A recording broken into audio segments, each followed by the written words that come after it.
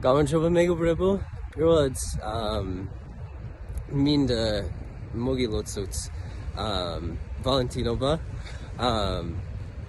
მე დღეს დავიწყე ახალი მასალის შესწავლა, ანუ გარავიდი ჩემს სწავლაში მოძღვრება აღქმების ჩვენი მთავარი სასწავლებელი ტექსტის პირველ ნაწილზე.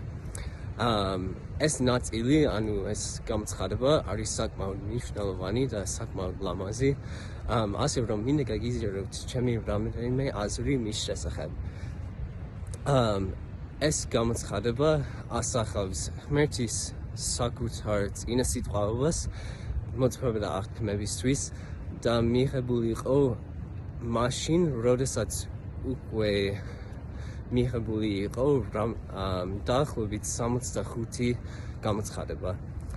ჯოზეფ სმითმა ეს გამოცხადება წინასიტყვაობა მიიღო 1821 წელს ნოემბერში, როდესაც შეკრებილი იყო სხვა უხუცესებთან, ანუ ეკლესიის ხელმძღვანელებთან და ერთად ჭობდნენ გამოცხადებების ნაკრების დაბეჭდვაზე.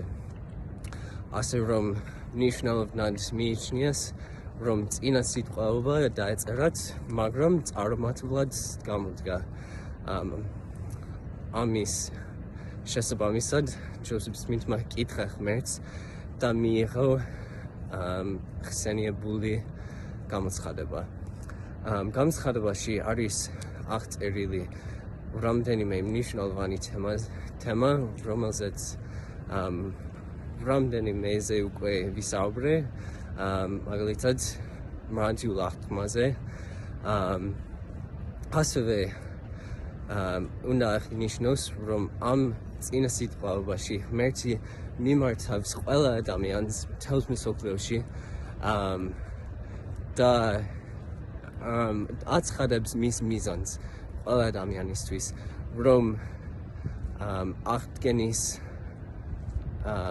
აღდგენის მეშვეობით და მოძღვრება და აღქმების გაზიარების მეშვეობით ყველა ადამიანი ლაპარაკობდეს უფალი ღმერთის სახელით, დაიცვას მისი მცნებები და მიიღოს და აღდგეს მისი მარადიული აღთქმა.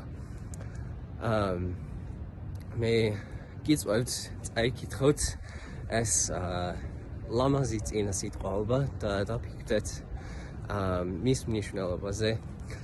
დაბოლოს მინდა გაგიზიაროთ ჩემი დამოწმება ამ ყველაფრის შესახებ.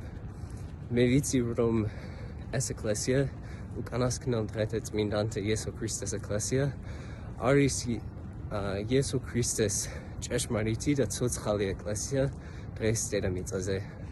მე ვიცი, რომ ჯოზეფ სმითი იყო ღმერთის მოწოდებული წინასწარმეტყველი და რომ იმან მიიღო ძალა ღმერთისგან შეესრულებინა ღმერთის საქმე. მე ვიცი, რომ მოძღვრება და აღქმები არის ღმერთის სიტყვების ნაკრები,